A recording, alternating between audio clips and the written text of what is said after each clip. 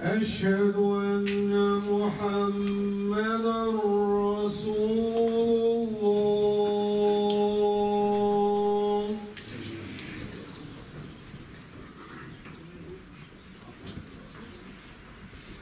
حي على الصلاة.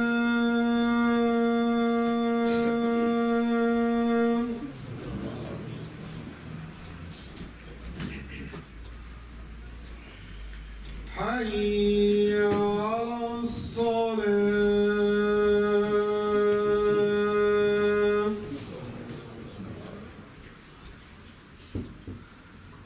حي على الفلاح.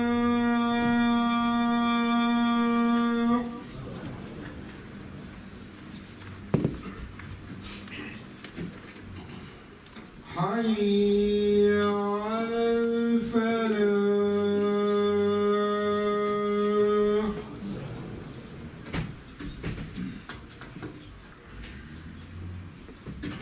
الله أكبر. الله أكبر.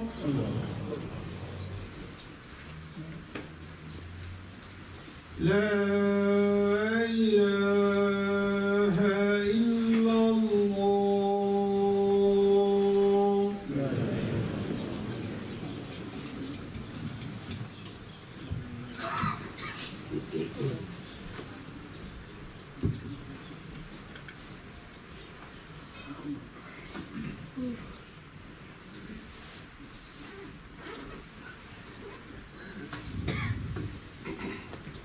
إن الحمد لله تعالى نحمده ونستعينه ونستغفره ونؤمن به ونتوكل عليه ونعوذ بالله من شرور أنفسنا ومن سيئات أعمالنا. من يهد الله فلا مضل له ومن يضلل فلا هادي له، وأشهد أن لا إله إلا الله وحده لا شريك له، وأشهد أن سيدنا ومولانا محمدا عبده ورسوله. اللهم صل على سيدنا ومولانا محمد وعلى آله وصحبه أجمعين. أرسله بالحق بشيرا ونذيرا بين يدي الساعة. من يطع الله ورسوله فقد رشد، ومن يعص الله ورسوله فقد ضل غوى. وإنه لا يضر إلا نفسه ولا يضر الله شيئا. إن خير الحديث كتاب الله، وخير الهدي هدي محمد صلى الله عليه وآله وسلم. وإن خير الأمور عوازمها، وشر الأمور محدثاتها. كل محدثة بدعة، وكل بدعة ضلالة، وكل ضلالة في النار. أما بعد، يقول الله عز وجل في كتاب الكريم بعد أعوذ بالله من الشيطان الرجيم: يا أيها الذين آمنوا اتقوا الله حق تقاته ولا تموتن إلا وأنتم مسلمون. يا أيها الناس اتقوا ربكم الذي خلقكم من نفس واحدة وخلق منها زوجها وبث منهما رجالا كثيرا ونساء، واتقوا الله الذي تساءلون به والأرحام إن الله كان عليكم رقيبا. يا أيها الذين آمنوا اتقوا الله وقولوا قولا سديدا يصلح لكم أعمالكم ويغفر لكم ذنوبكم، ومن يطع الله ورسوله فقد فاز فوزا عظيما. ثم ما بعد. Indeed, all praise are due to Allah subhanahu jalla wa ala. We praise Him. We seek His assistance. And to Him and only Him do we turn in repentance. We seek the forgiveness in Allah from the evil of ourselves and from the evil of our actions. And whomsoever Allah guides, none can mislead. And whoever is led astray, there is no guide for him. We all testify that there is none worthy of worship except for Allah subhanahu jalla wa ala. And we all testify that Muhammad Rasulullah sallallahu alayhi wa sallam is the final and beloved messenger of Allah subhanahu jalla wa ala. My dear respected brothers and sisters in Islam, welcome to Yawm al-Jum'ah, the best day of the week. Alhamdulillah, it's Friday again. Alhamdulillah. On this 15th day of Rajab, 1,440 years after the hijrah of beloved Prophet Muhammad sallallahu alayhi wa sallam. And inshallah, in very short 1.5 months, we will have the month of Ramadan upon us. Allahumma ballighna Ramadan. May Allah subhanahu jalla wa ala allow us to experience the month of Ramadan, seek the bounty of the month of Ramadan. Allahumma ameen. Ikhwa al-Islam, I want to take you to a hadith today. You've heard the hadith. Most of you know the hadith. It's about a scholar. And the scholar, you know what a scholar is. A scholar is a person who takes his entire time and he studies all his life, or majority of his life, or a good portion of his life. And then he goes and teaches the people. And this hadith of Muhammad sallallahu alayhi wa sallam, this is narrated to us, and it tells us in this hadith that he is a person of doing good deeds. And so from the looks of it, aesthetically looking at it, that this is someone who is going to end up in paradise. But there's something lacking, and he doesn't make it there. He doesn't make it there. The scholar of Islam, the one who is teaching us, the one who is educating us, the one who's usually leading us in salah, the one who's giving the khutbahs, the one who's doing a lot of things for the people in the community, we don't regard him as much. But in the sights of all of us, we know that this is a holy person, that this is a person that is near to Allah subhanahu wa ta'ala. When we know that there's a person near to Allah subhanahu wa ta'ala, what do we normally do? We ask him to pray for us, we ask him to teach us, we ask him to do a lot of things for us, but something stops him from entering into paradise. A person who's shaheed, a martyr. A person who's shaheed, a martyr. A person who voluntarily goes and serves in the Muslim army and says that he's going to take on these people who are going to try to invade and protect the Muslim land, to protect the Muslim people, to protect the Muslims. He is, from aesthetically, and he dies a martyr, a shaheed in battle. He dies in battle. And yet he is unable to make it in paradise because there's something wrong with it. And then there's a person who earns his money and uses his money properly, and then he takes his money and he spends it for the sake of Allah subhanahu wa ta'ala. He is spending it in the masjid, he's spending it on as many people, he's feeding the poor, he's doing everything that you can with that money properly, and yet he's bound to go to Jannah, he's bound to go to paradise, and yet he doesn't make it in. There's something lacking. What is this something that's lacking? What is this that's something lacking? On the other hand, a person who is doomed to be in the fire of hell, a person such as a woman who sells herself for services, she is doomed for the fire of hell. And she does something very simple as taking some water and giving it to an animal to quench its thirst. An animal, not even a human being. An animal, not even a human being, gives that dog some water, and she is bound to go to Jannah and not the fire of hell. What is this matter that's lacking? The matter that's lacking here is the people who did it for the people, who are show-offs. They want the people to recognize them. And they've polluted their intention. They've polluted that intention. It wasn't solely for the sake of Allah subhanahu wa ta'ala that restricted them from entering into paradise, and it mandated that they go to the fire of hell. And on the opposite end, the person who sincerely did something for the sake of Allah subhanahu wa ta'ala is bound for the fire of hell, but because they sincerely did it for Allah subhanahu wa ta'ala, she is bound to go to paradise. That is the simplest of things. Your intention, ikhwan Islam, and it's not just your intention. We know the hadith, إِنَّمَا الْأَعْمَالُ بِالنِّيَّاتِ, long hadith. Actions are indeed judged by their intention. But what is more important is the ikhlas, the sincerity that goes into the intention. Is your intention sincere for the sake of Allah subhanahu wa ta'ala and in accordance with the teachings of our beloved Prophet Muhammad sallallahu alayhi wa sallam? Why? Allah subhanahu wa ta'ala says, قُلْ إِنَّ الصَّلَاةِ وَنُسُكِي وَمَحْيَايَ وَمَمَاتِي لِلَّهِ رَبِّ الْعَالَمِينَ. Say what? Salati, my prayers. Nusuki. وَمَحْيَايَ وَمَمَاتِي, life, death, everything is for the sake of Allah subhanahu wa ta'ala. Your sacrifice, your life, your death, everything is for Allah subhanahu wa ta'ala. And only for Allah subhanahu wa ta'ala. There cannot be anything attached, anything associated with it. And what is the issue here? Many of us do the prayers. So what do? We have to understand who we are competing with or competing against. And Allah subhanahu wa ta'ala knows that we have an enemy. And it's an open enemy. It's an open enemy. It's the shaitan. Why?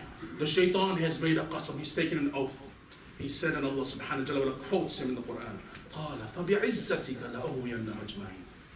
قَالَ فَبِعِزَّتِكَ. He says, the honor of my Lord, oh my Lord, you're the most honorable one, I will lead them all astray. لَأُغْوِيَنَّ مَجْمَعِينَ. All of them will be astray.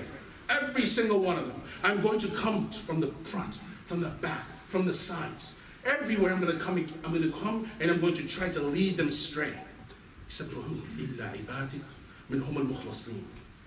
The one who is sincere and purified for the sake of Allah subhanahu wa ta'ala. Mukhlis. Mukhlis. Ikhlas. Sincere in your hearts of hearts. You're sincerely worshipping Allah subhanahu wa ta'ala. Sincerely worshipping Allah subhanahu wa ta'ala is the basis of a deed to be accepted completely without any conditions. Without any conditions. Allah subhanahu wa ta'ala will accept it. We take examples of this. Take examples. Allah subhanahu wa ta'ala in Surah Yusuf describes Yusuf alayhi salam. وَلَقَدْ هَمَّتْ بِهِ وَهَمَّ بِهَا لَوْلَا أَن رَأَى بُرْهَانَ رَبِّهِ كَذَلِكَ لِنَصْرِفَ عَنْهُ السُّوءَ وَالْفَحْشَاءَ إِنَّهُ مِنْ عِبَادِنَا الْمُخْلَصِينَ. Allah subhanahu wa ta'ala talks about Yusuf alayhi salam and the wife of Al-Aziz.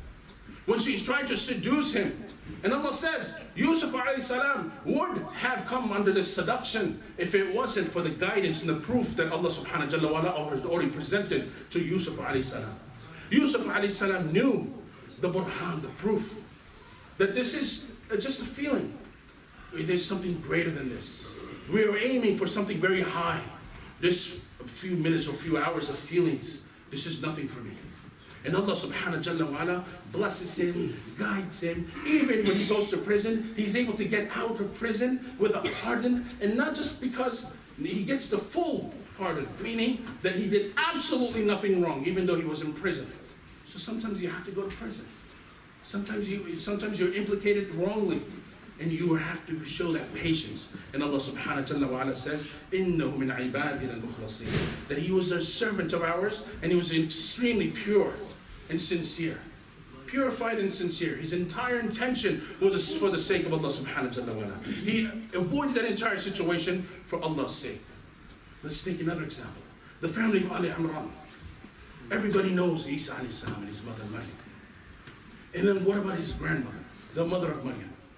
She makes dua to Allah subhanahu wa ta'ala. A sincere dua. A beautiful private conversation between her and Allah subhanahu wa ta'ala. That to her, if she is blessed with a child, thinking that it will be a male child, that this child will be placed in the servitude of Allah subhanahu wa ta'ala. When it was a child that was of female gender. It was a daughter that was born. She did not go away from that oath, that qasam that she took.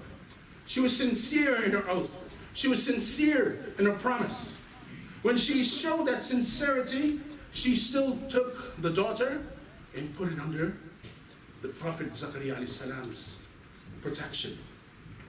And having that family of sincerity. Think about it. Look, Allah subhanahu wa ta'ala tests Maryam, the mother of Isa alayhi salatu wasalam, the greatest test which still confuses billions of people on the earth.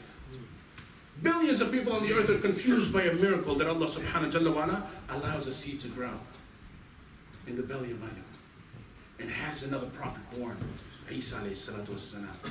The pure intention where it takes you, Islam. The pure intention purifies you and it purifies your children, and as you can see this is a beauty. May Allah subhanahu wa ta'ala allow us to have those same morals of the family of Ali Imran. Allahumma ameen. Islam isn't enough for you. What about a regular man, companion of our beloved Prophet Muhammad sallallahu alaihi wasallam? Khalid bin Walid radiyallahu ta'ala warḍah. He was a great military man, a great general of the army. He commanded battles. He was the army of those battles, and every one of those battles, they always won. So amongst the people, they're thinking that if we have Khalid, we can't lose. What does Umar ibn Khattab radiyallahu ta'ala warḍah do? He removes Khalid from his post. He demotes him. Ooh, demotion, bad word. He demotes him from chief of the army, and he demotes him, and he makes a young man the army's chief, the leader of the army. Why? To show the people that Allah subhanahu wa ta'ala's favors upon them. And Khalid bin Walid is just a pawn that Allah subhanahu wa ta'ala is using. And so what happens? Khalid bin Walid, do you think he's like us? Oh, I've been demoted.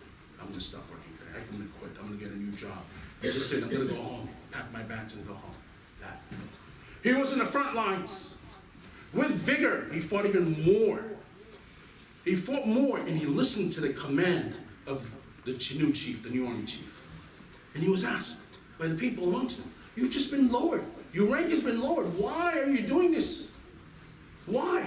He goes, I fight for Allah subhanahu wa ta'ala, not for Umar radiallahu ta'ala wa Allahu Akbar. This, Ikhwan Islam, is sincerity. This is pure intention. When you do something that is good, that is commanded in the Quran and the Sunnah of our Prophet Muhammad sallallahu alaihi wasallam, with the purest of intentions, the result is the most pure. The result is the most pure. You have strong men, and you have to make decisions. I've been taking a lot of management courses lately.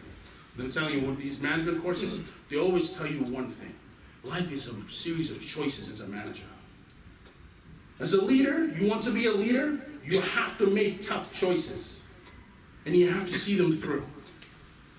Life is about choices. What choice will you make tomorrow when you're presented with something that violates the law of Allah? What choice will you make when someone tells you, hey brother, the way you're doing it, this is not in accordance with the hadith of Muhammad sallallahu alaihi wasallam. We love your shaykh, we love your imam. But there's a hadith that precedes it and it supersedes it. So we have to understand what our intention is. Is our true intention to Allah subhanahu wa ta'ala? Or do we have other matters? Are we paying blame of politics? This is not about politics, Ya Islam. This is not about politics. Allah subhanahu wa ta'ala says, قُلْ إِنِّي أُمِرْتُ أَنْ أَعْبُدَ اللَّهَ مُخْلِصًا لَهُ الدِّينَ. Trying to get the devotion, the sincere devotion to Allah subhanahu wa ta'ala. And I present to you with these few questions. Number one, if I say, I love Allah. I love Allah. Every one of us here is going to say, I love Allah. But then I tell you that you don't even make an attempt to pray. I'm not discounting the people who try to pray and sometimes they're faulty, they make it late, they miss it. No. Alhamdulillah, as long as you're trying. But how can you say you love Allah subhanahu wa ta'ala and do not even attempt to pray? There's a sincerity issue there. When you say that I love the Prophet Muhammad sallallahu alaihi wasallam, I love him, but then you don't follow his sunnah. And I'm not talking about the matters where there might be more than one opinion. I'm talking about where there's clear guidance that this is the way to the path of Allah subhanahu wa ta'ala, using the Prophet Muhammad sallallahu alaihi wasallam's sayings and approvals. I'm seeing the proper way. And I'm talking about the clear matters. The confusion, this is upon us, and that will always stay upon us. Because everybody is of different opinions. And that will happen. How can you say that you love your wife? How can you say you love your wife at home, or you love your children, and you don't turn to them? You don't assist them. You don't help them. You don't listen to them. When you think that you're the man and this is the way it shall be, you need to bring that down. That dial needs to dial down. Because this is the reason why the feminist movement has taken round. Because the women have been tortured. They have experienced hardship. They still experience hardship today in this world. And especially in Muslim homes. This is something that we have to take them out, educate them, teach them the path, enlighten the sunnah in your house. This is the way. This is the way. Have taqwa of Allah subhanahu wa ta'ala wherever you are. Have taqwa of Allah subhanahu wa ta'ala wherever you are. In your house, outside your house, in front of your neighbor's house, at work, going in a park, going traveling and stopping for some food in the restaurant. Have taqwa of Allah subhanahu wa ta'ala wherever you are.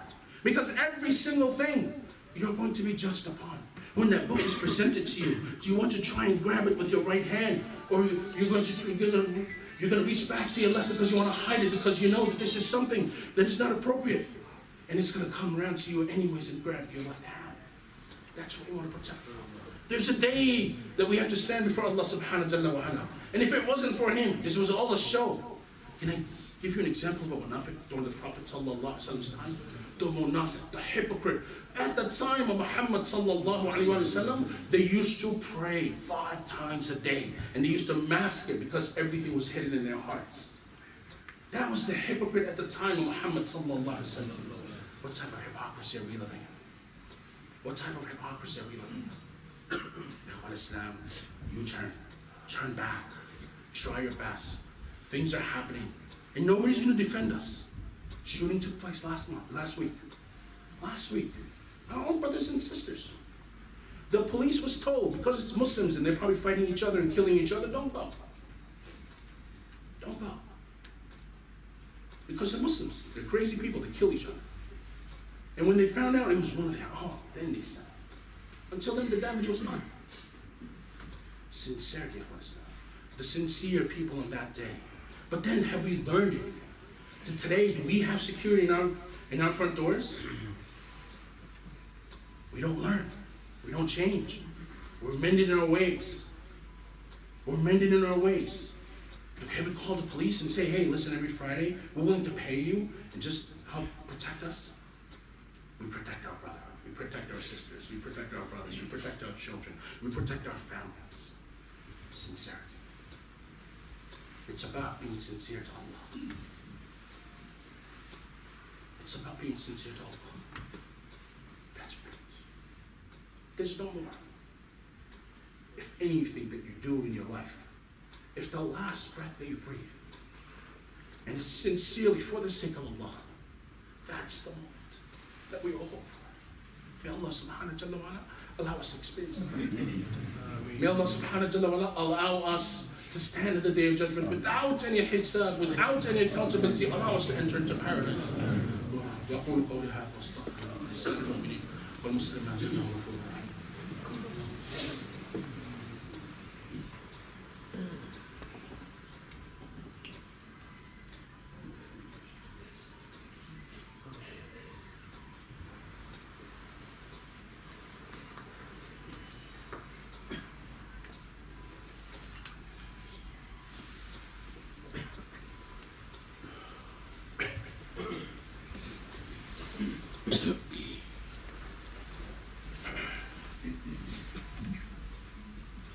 بسم الله الرحمن الرحيم. الحمد لله رب العالمين والعاقبة المتقين والصلاة والسلام على من لا نبي بعد ما بعد. يا إخوة الإسلام. Intention is one thing, and sincere intention is a higher level. And so much so that Ikhlas is mentioned in the Quran, and there's a surah named after it. Ikhlas. We all know it. It's just one of the shortest surahs of the Quran, if not the shortest. Bismillah ar-Rahman ar-Rahim. قل هو الله أحد الله الصمد لم يلد ولم يولد ولم يكن له كفوا أحد. A Bedouin man approached the Prophet sallallahu alaihi wasallam and he asked him, who is your Lord? Meaning, all he knew in his entire life, that a Lord, a God, a creature or a thing is created from wood or metal or iron of some sort. It's a possession. For him, it was conceivable to understand that Rabbul Alameen above the heavens and the earth. This is the Lord that Allah subhanahu wa ta'ala is referring to, and this is what was revealed to Muhammad sallallahu alaihi wasallam at that time. So is he made of gold or silver? Is your Lord made of gold or silver? No. Qul, say to him, Huwallahu ahad. That he is Allah subhanahu wa ta'ala, he's the only one. He's the only one. One. And you hear that echo? One. That's one. Meaning there's no associates, no partners. Everything goes back to Allah subhanahu wa ta'ala and no one else. Allahu Samad. He's absolutely self-sufficient. Lam yalid wa lam yulad. He doesn't give birth and he wasn't born. Wa lam yakul lahu kufuwan ahad. And everything bows to him and everything comes from him. This, Ikhwan Islam, is the beauty of Allah subhanahu wa ta'ala. Knowing first who is Allah, who is your Lord, because that's going to be one of the first questions that's going to be asked when we are put 6 feet under. When we have received death and we have to go to the graveyard, that is the first question that you ask. Who is your Lord? And if you can't say who is your Lord, and the only way you'll be able to say who's your Lord is based on the activities of this life. If your activities of this life lead you away from Allah subhanahu wa ta'ala, you won't be able to answer that question on that day. But if your activities today are taking place and they're all for the sake of Allah subhanahu wa ta'ala, on that day, inshallah ta'ala, we'll all be able to answer who's our Lord. It's Allah. Who's your messenger? Muhammad sallallahu alayhi wa sallam. What is your book? It is the Quran. Allahu Akbar. This book, Ya Allah, Ya Islam, this is from Allah. It's Allah's book. We need to go back and understand this book because our enemies have studied our book. The enemies have studied our ways. Why? Because they have adopted our ways and left Allah out of it. So this is something that we need to go back, read our book, understand our book, implement our book in our lives. This is extremely important, Ya Akhwan Islam. Extremely, extremely important. So there's a few things that I want to remind you today of sincerity. Sincereness to Allah subhanahu wa ta'ala, where does it start from? Number one, you need to realize, all of us need to realize, we're not perfect. We're not perfect. We're always going to make mistakes. So forgiveness and tawbah, asking for tawbah, asking and making dua to Allah subhanahu wa ta'ala, this is something that we need to constantly do. So number one, forgiveness from Allah subhanahu wa ta'ala. Number two, try to do that activity. If you're not praying, start praying. Little by little, even if you can. Consistency is extremely important. When you're asking for forgiveness from a thing that you're doing that you shouldn't be doing, then you need to make tawbah to Allah and stop what you're doing. Because if you continue to make tawbah and you continue to make that sin, continue to make that thing that you're not supposed to do, then it's going to not take you out of your situation. So make sincere repentance to Allah, sincere tawbah to Allah subhanahu wa ta'ala. And there's people that we've hurt in our lives. Ask for forgiveness from them. Ask for forgiveness from them. That if I've ever hurt you, if I've ever done anything to upset you, ask for sincere forgiveness from them. And hopefully they'll forgive you in this life. Because in the next life, when they start taking your deeds away from you, that is no way, that's no end that you want. So ask for forgiveness in this life. Continuously work towards Allah subhanahu wa ta'ala. As I've given you an example of Yusuf alayhi salam, knowing the truth. We all know the truth. There is an end. If you don't know, there is an end.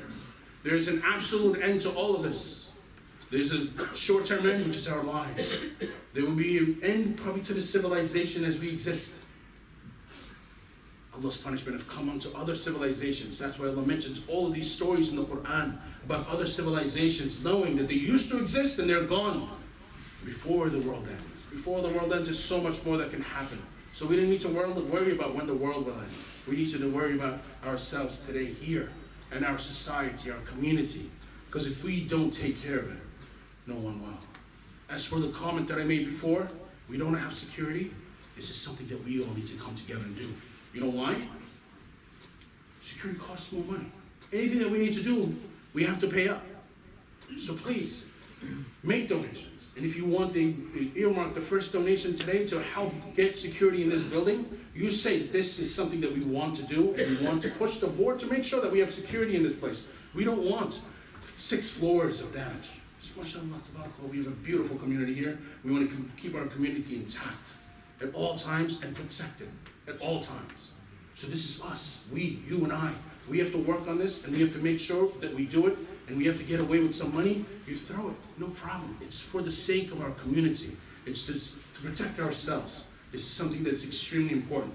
And as for the announcement for this Sunday, United Against Islamophobia, there's a march against racism, bigotry, and xenophobia. Sunday, March 24th at 2:30 in Times Square, Broadway, and 47th Street. As I was saying before, there's no one who is defending us. No. No one will truly defend us. They will make statements. We've had other people come to the Masjid and they said that they're going to do this, that, and that, everything else for it. Just remember, they're limited with their resources as well. And they're going to spend their resources where it's easy for them. We're just a small community, very small.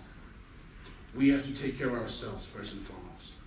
Take care of ourselves, take care of our community at all times. Remember, going back to sincerity, if you do an act sincerely for the sake of Allah subhanahu wa ta'ala, there is an immense reward for it. As we said, if those scholars did not do the things for the people, they would have received the ajr, the reward of paradise right away without having to go through the fire of hell. May Allah subhanahu wa ta'ala protect us from the fire of hell. May Allah subhanahu wa ta'ala protect all our brothers and sisters all over the world. May Allah subhanahu wa ta'ala bless us with our beloved Prophet Muhammad sallallahu alayhi wa sallam, the highest level of Jannat al-Firdaus al-A'la. Allahumma ameen. Allahumma ansur Islam wal Muslimin. Allahumma ansur Islam wal Muslimin. Allahumma ansur Islam wal Muslimin. Allahumma ashfi marda wa marda Muslimin. Allahumma aghfir lil-mu'minina wal mu'minat wal muslimina wal muslimat wal ahya' minhum wal amwat. Allahumma innaka afuwwun tuhibbul 'afwa fa'fu 'anna. اللهم اكفنا بحلالك عن حرامك واغننا بفضلك عمن سواك. اللهم ارنا الحق حقا وارزقنا اتباعه، وارنا الباطل باطلا وارزقنا اجتنابه. اللهم ايد الاسلام، اللهم ثبتنا على الاسلام، اللهم نور قلوبنا بنور الايمان. اللهم اتنا في الدنيا حسنه وفي الاخره حسنه وقنا عذاب النار. اللهم ظلمنا انفسنا وان لم تغفر لنا وترحمنا لنكونن من الخاسرين. اللهم اغفر لنا ولاخواننا الذين سبقونا بالايمان، ولا تجعل في قلوبنا غلا للذين امنوا ربنا انك رؤوف رحيم. اللهم لا تجعلنا من القوم الظالمين، اللهم لا تجعلنا فتنه للقوم الظالمين. اللهم هب لنا من ازواجنا وذرياتنا قرة اعين واجعلنا للمتقين اماما. اللهم تقبل منا انك انت السميع العليم. سبحان ربك رب العزه عما يصفون وسلام على المرسلين والحمد لله رب العالمين.